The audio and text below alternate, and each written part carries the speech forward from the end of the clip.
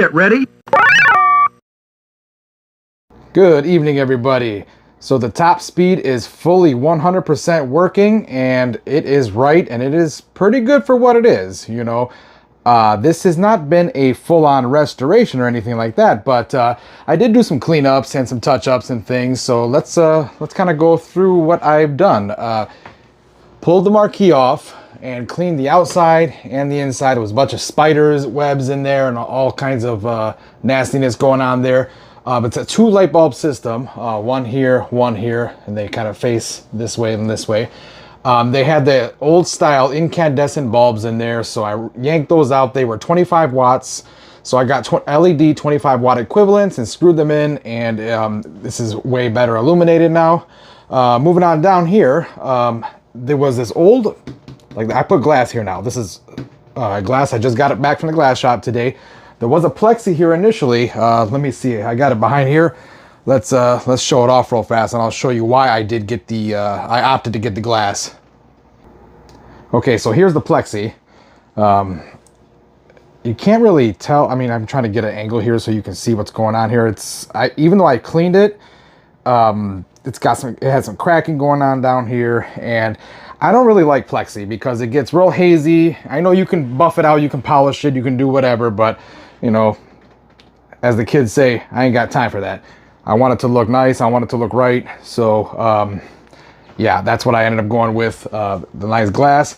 Behind here, the bezel that sits behind here was really, I think it was sun faded. So what I actually did it last night. I took it outside and I shot it with a can of Rust-Oleum, and really brought it back to life. Did some touch-ups on the cardboard bezel here. You know, there was some scraping, and you know, you can kind of see maybe, you know, where I did the touch-ups and things, but it really brought it out a lot cleaner.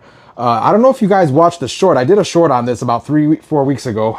Probably about 4 weeks ago after this airs. The shifter was giving me a problem when I was doing the testing when I first got it. So the shifter wouldn't engage the high gear because there's a little plunger in there that's supposed to ride along a rail, and all of that stuff actually fell out because there's an E-clip that kind of holds everything in place. So the E-clip fell, and I lost the E-clip. No big deal. I don't care about that. But luckily, though, there was the original plunger in there, and there was the matching spring I actually found in the cabinet as well. They all fell to the floor of the cabinet, so they were all in there, and all was good. I was prepared to make out of a bolt and a spring. I was going to make another one, and it would have worked fine, but nothing like the factory intended stuff to keep it right. So what else? Oh, the steering wheel. I mentioned in the in the short that the game had force feedback. I was in error. This game does not, I repeat, does not have force feedback. Now, when I looked at this game, when I picked it up from the guy, the steering wheel had a lot of resistance to it. I mean, look at this. I'm barely spinning it and it's moving. It had a lot of resistance. So while I was in the car, me and my son, we went out to eat, and I actually Googled, does the game top speed have force feedback? And one of those AI answers says, yes, it has force feedback. So that's why I was under the assumption of this game having the force feedback. It does not.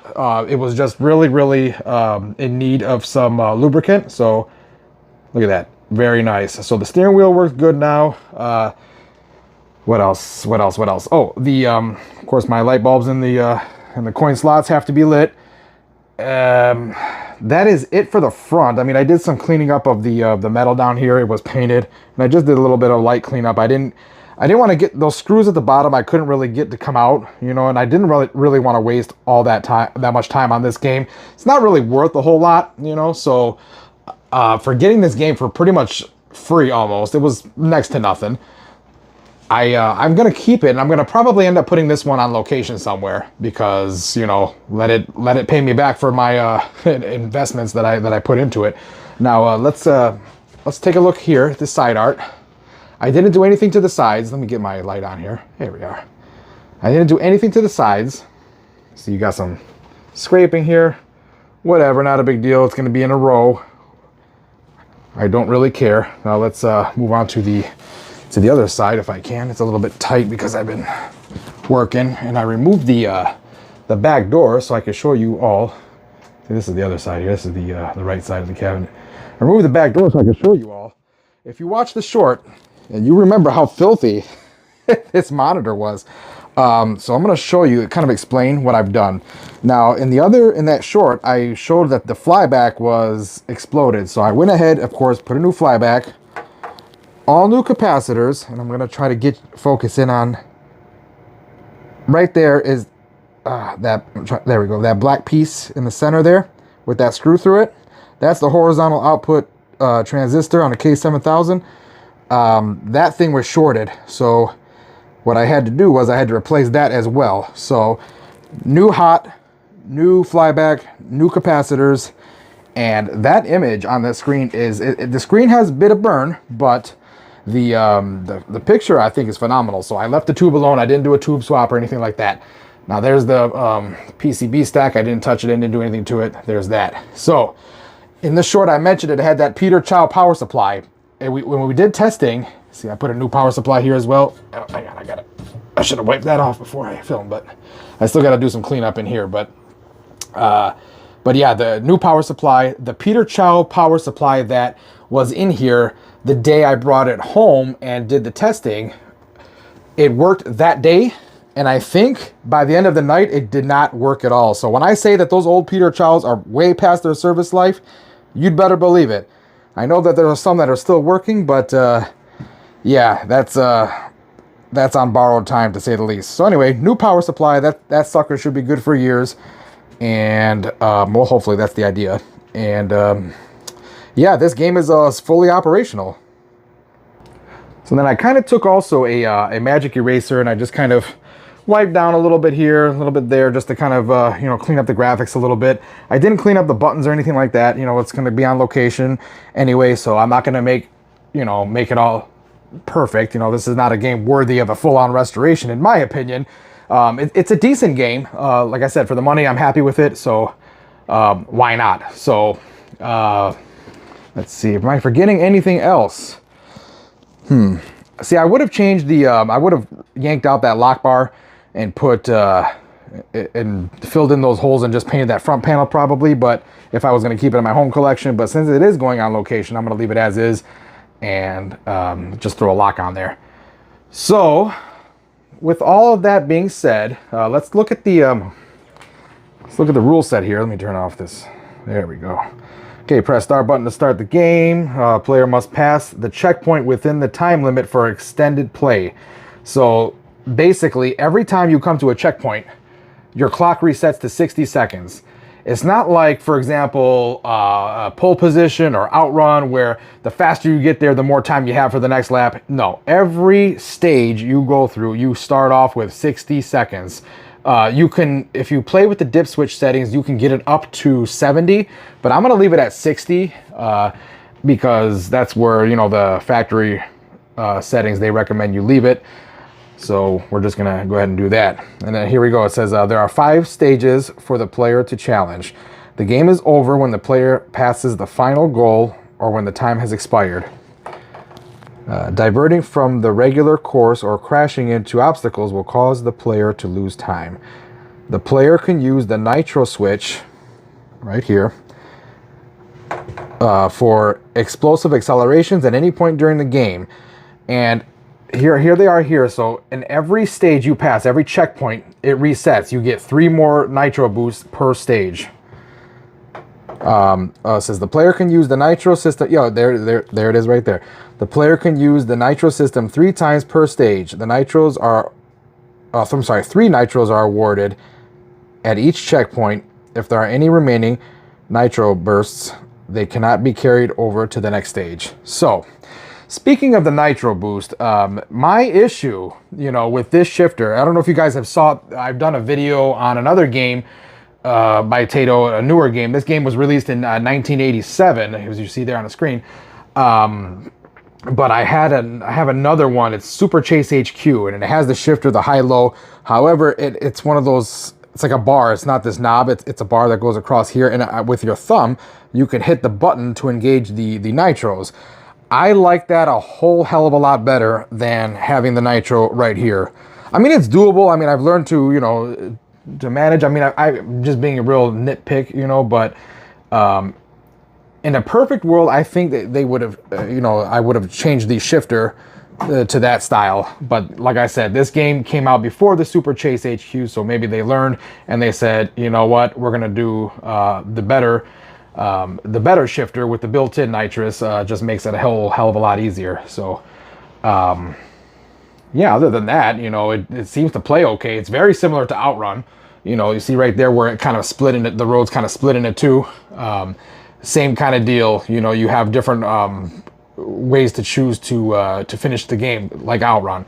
So, but honestly, I think Outrun is the far better game. But you know, not a bad attempt by Taito to do this. So, anyway, enough jibber jabber. Let's get to some gameplay. Okay, hopefully I have the camera set up to so I won't interfere while driving. So let's pop in a quarter to engage a credit here. There we are. Press our start button. We're in low. Okay, hit our start button.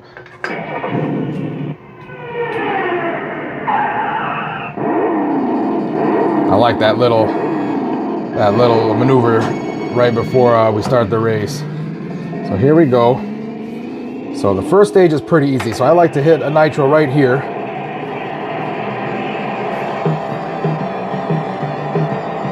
And we're gonna go left, or no, I'm sorry, right then left. We're on right, and our left turn's coming up here. Hit another one here, another straightaway. Oh! See, there's no brakes, so you kind of have to let go of the pedal. Otherwise, if you floor it, you're just gonna crash into one of those obstacles there. There we go. All right, I'm gonna use my last nitro on this straightaway here. Yeah, see, 60 seconds. It doesn't matter.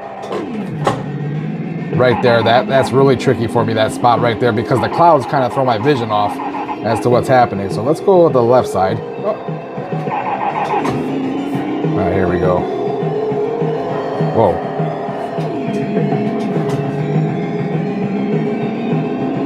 All right. See what I mean? It's very similar to Outrun. You're not racing anybody, you're just driving. Racing the clock. There you are. Come on. Should I have hit it here? Oh, probably not. I kind of second guessed myself, like, should I do it? And I guess not.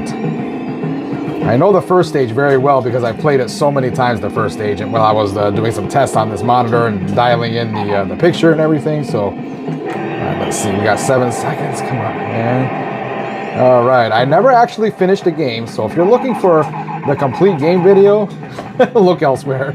I'm not your guy for that, guys. All right, we're in a tunnel. Let's hit it. Oh, maybe I should have waited. Oh, see, I don't want to crash there. Ah, come on, guys. Let's go. Let me in, let me in, let me in, let me in.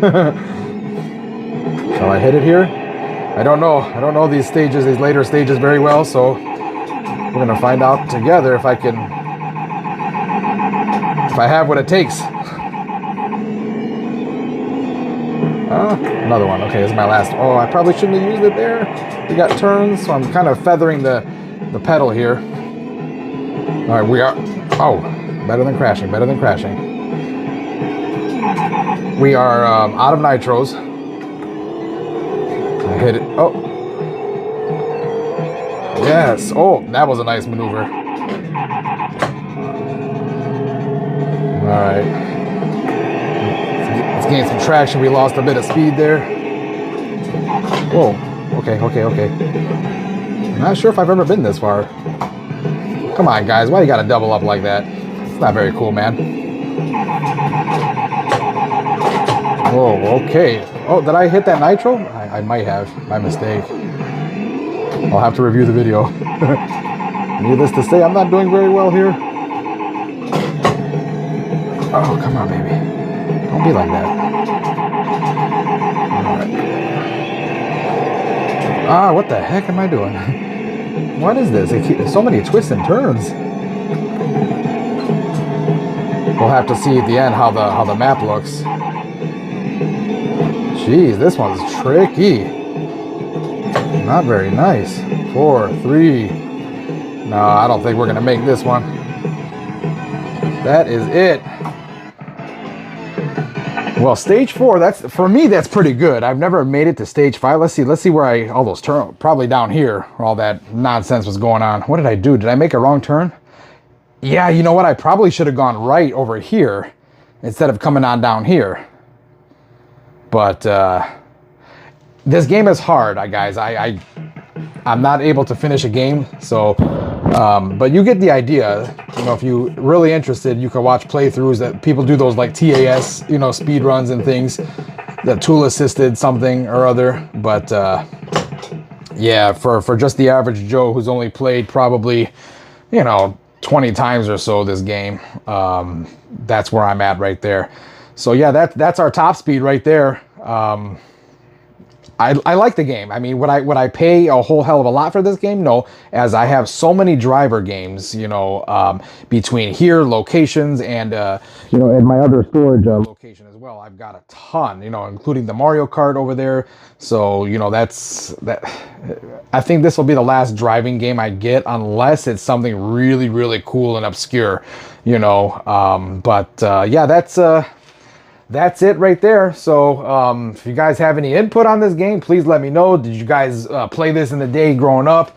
I actually talked to a buddy of mine. He actually played this game. He said it was in his laundromat, you know, growing up. So if you've seen this game somewhere, you know, I don't recall this game growing up, you know, because I was too busy playing Outrun. Outrun is the game that defines my childhood. All my quarters, if there was an Outrun, all my quarters went into Outrun, or all my tokens wherever I was at. But anywho, for the money, I like the game, and let me know if you guys have played this in the day, where you played it, how you liked it. Are there any tips and tricks you can offer? I'm curious to know. I love to learn as much as I can about this game. So thank you for watching. I really appreciate it. Let's like, share, subscribe, and get the video out there and share it with your buddies. So until next time, ta-ta for now, and take care.